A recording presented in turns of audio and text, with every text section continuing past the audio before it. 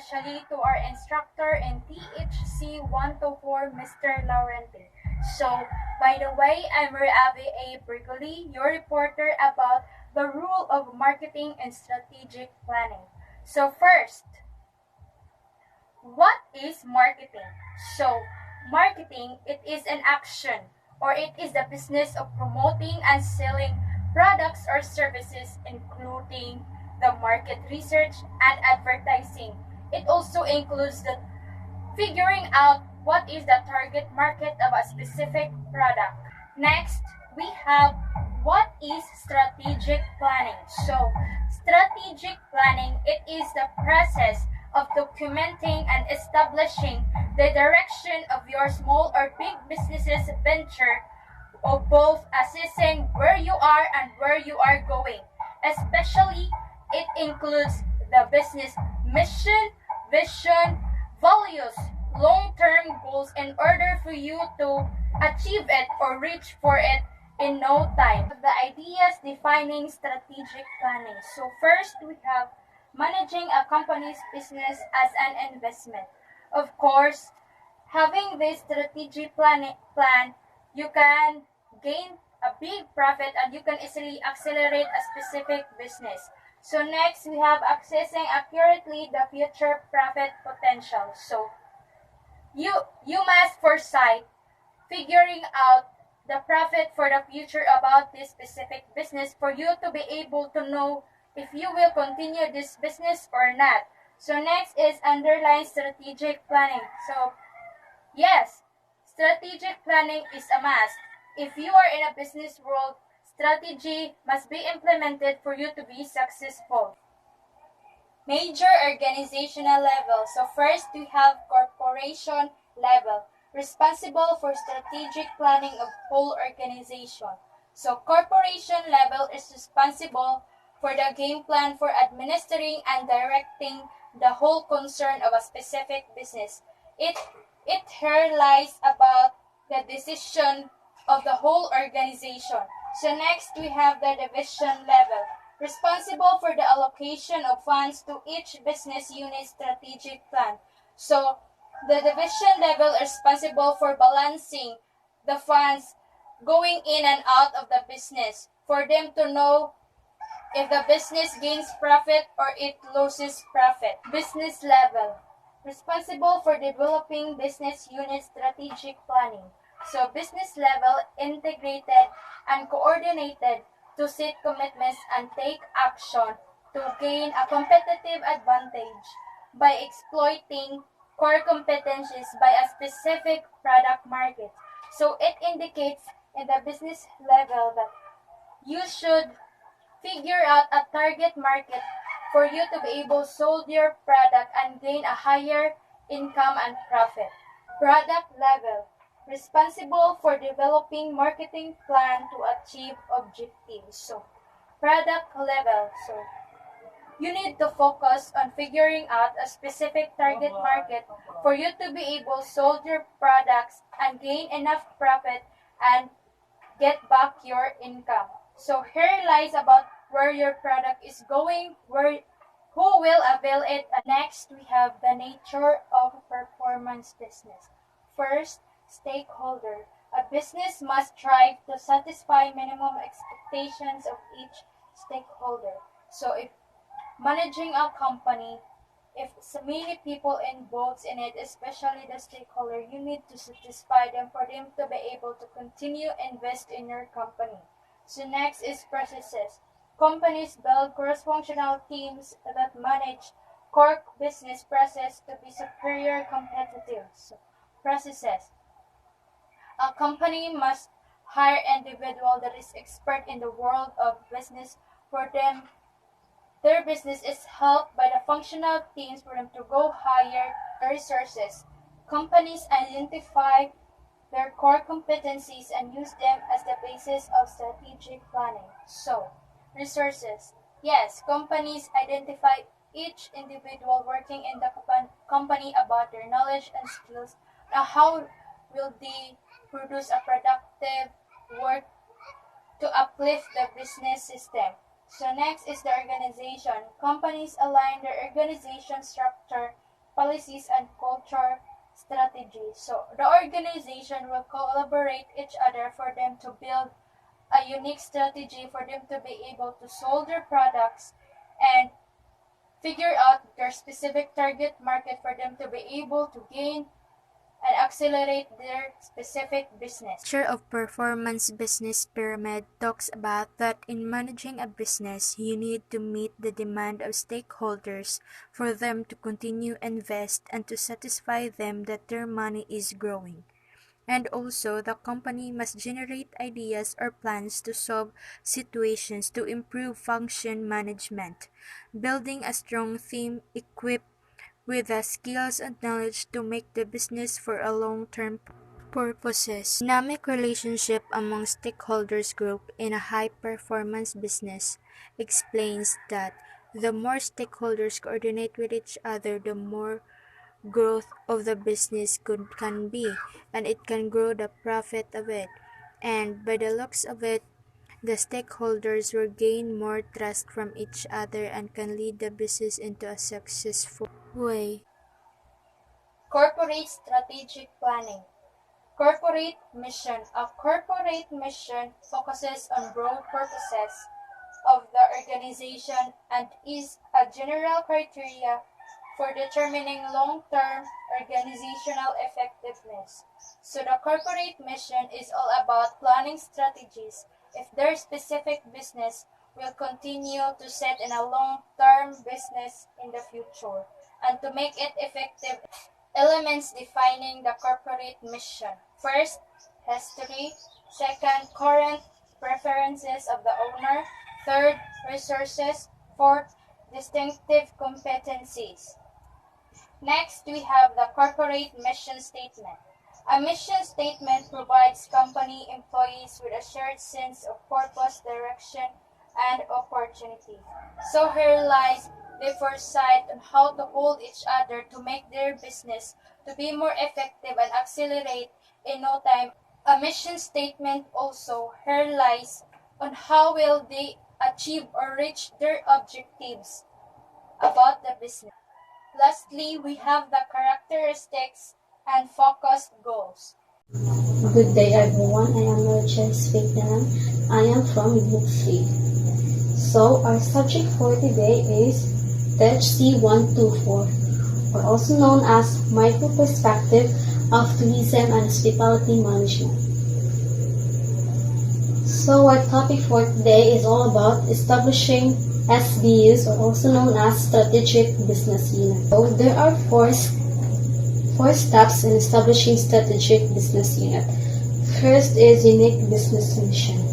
So it is one of the important in establishing strategic business unit. You need to have a unique business mission that are effective and productive. So second is definable set of competitors. So it is one of the important or one of the strategy in the world of business in which you need to conduct a research about all your competitors for you to know what will you do to have a successful business. Third, establishing strategic business unit is integrative planning done independently. So when it comes to planning, you need to centralize all your ideas and understand it carefully and know what is the purpose or what is your goal, why you establish strategic business unit. So fourth is responsible for resource management in all areas. And last but not the least is large enough but not so large as to become very broad. So that's all the 5 steps in establishing strategic business unit. Next, Boston Consulting Group approach. A management consulting firm which was responsible for developing the growth share matrix. So the responsibility also is to help or evaluate the strategic position of the business brand portfolio and know its potential. Next is growth share matrix. It is to create a visual assessment of products or investment. So there are 4 positions in growth share matrix. First is question marks. Second is stars, cash cows, and dogs. So first is question marks. It describes an investment growing fast but not necessarily generate a lot of revenue due to low market share. So next is stars.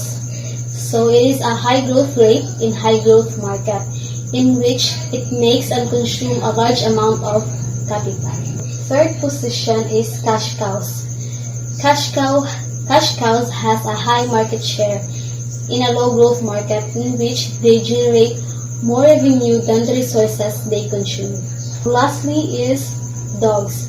It has a low market share and low growth market. Next is alternative objectives of SDUs. First is build. It is to increase SDU's market share even if it means to forgo short-term earnings. So, although it consumes a lot of money, but in return, it increases the market share. Next alternative objectives is hold. It is to preserve the SBU's market share. Like for example, always monitor or ensure the SBU's market share for you to know or for you to have a basis on it. Next is harvest. It is to increase the SBU's short-term cash flow regardless of the long-term effect, like computing all the money spent in day-to-day operation, in which it is one of the important objectives in establishing strategic business unit.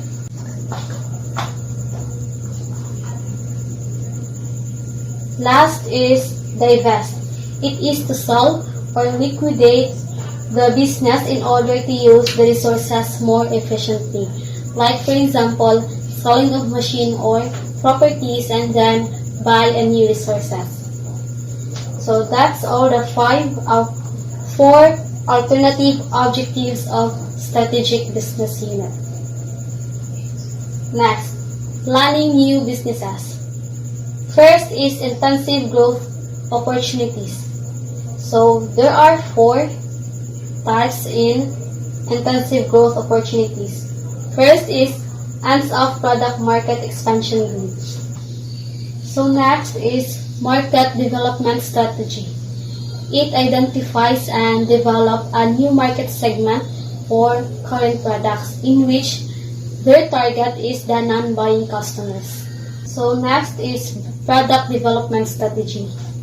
It is to produce a new product to a market or also modify the existing products to create a new business. So that's all the 4 parts in intensive growth opportunities.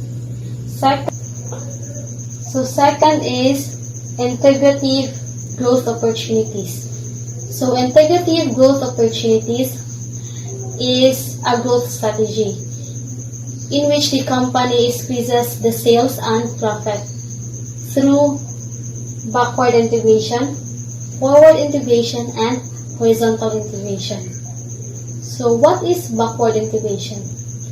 Backward integration is a form of vertical integration in which the company expands the role and in order to fulfill the task. Like for example, buying of raw materials or inventory by their supplier. So next is forward integration. Forward integration is the buying part of the process that occurs after the company's manufacturing process. So next is horizontal integration. Horizontal integration is acquisition of the business operating at the same level of value of chain in the same industry. Like for example, merging of 2 or more companies. So that's all the 3 parts of integrative growth opportunities. Next, diversification growth opportunities. What is diversification growth opportunities? It is entering into a new market or industry and expanding the products into a new market that are related to the current business. So there are 3 types of diversification growth opportunities. First is concentric diversification strategy. It is adding a similar products or services to your existing business. So second is horizontal diversification strategy. It is providing a new and unrelated products or services to your existing, example, selling of machine or properties and then buy a new resources. So that's all the 4 alternative objectives of strategic business unit. Next, planning new businesses.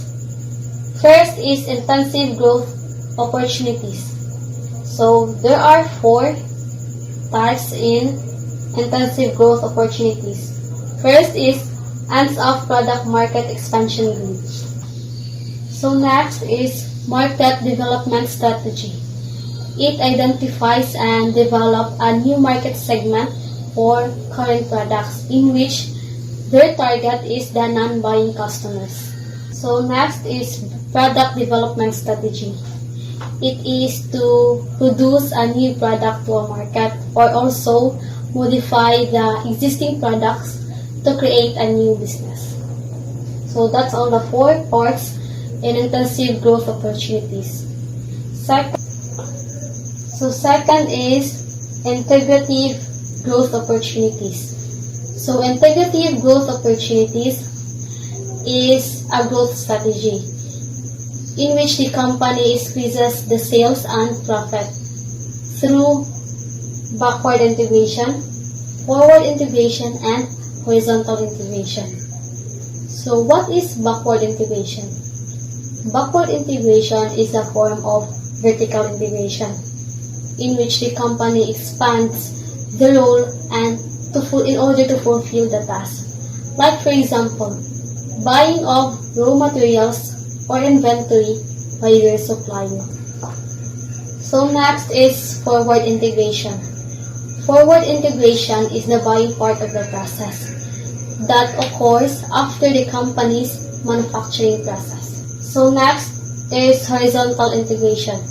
Horizontal integration is acquisition of the business operating at the same level of value of chain in the same industry. Like for example, merging of 2 or more companies. So that's all the 3 parts of integrative growth opportunities. Next, diversification growth opportunities. What is diversification growth opportunities? It is entering into a new market or industry and expanding the products into a new market that are related to the current business. So there are 3 types in diversification growth opportunities. First is concentric diversification strategy. It is adding a similar products or services to your existing business. So second is horizontal diversification strategy.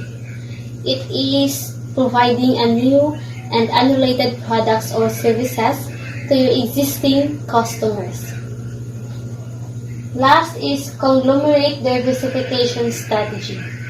So that's all the 3 types of diversification strategy. Our diversification growth opportunities. First is concentric diversification strategy. Second is horizontal diversification strategy. And third is conglomerate diversification strategy. Next is business strategy planning. So there are 8 business strategy planning. First is business mission. It is to define a specific goals and policies as a separate business. Second is external environment analysis. External environment analysis is to determine the opportunities and threats in an industry that will drive profitability, growth, and volatility. So there are 4 types in external and 4 external environment analysis. First is macro environment process. It is talk about the economic, political, and social-cultural. Second is micro. It talks about the customers and competitors. Next is the opportunities. It is the scope for companies' profitability. Lastly is the threats. It is to classified according to the seriousness and profitability of occurrence. So that's all the 4 external environment analysis. So third business strategy planning is the internal environment analysis. It is to identify the strength and weakness analysis within the company or inside the company. So fourth is goal formulation. Goal formulation is what a business wants to achieve. So there are 4 goal formulation. First is hierarchical. Hierarchical is to arrange and logically consistent at the level of vision, mission, goals, and matrix. Next goal formulation is the quantitative. Quantitative is a high-level strategic management approach for evaluating possible strategies. So next is realistic. Realistic is to create a strategic plan that will help to prepare a realistic vision for the future of the business. So next is consistent. It is about determining the direction in which you need to be consistent about your decision or know what is really your goals to your business. So fifth business strategy planning is the strategy formulation. It is a process by which the organization chooses the most appropriate action to achieve its goals. So there are 3 strategy formulation. First is overall cost leadership. Second is differentiation. Third is focus. Next is program formulation. It is a process of choosing who, what, how, when, and where of pursuing the program objectives. 7 business strategy planning is implementation. Implementation is the process that turns the strategies and plans into actions in order to accomplish the strategic objectives and goals. Last but not the least is feedback and control. It is the last step in strategic planning in which the company needs to make sure that they adopted the new market trends and still remain competitive.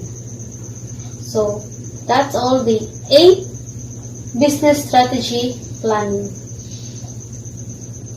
So that's all. Thank you.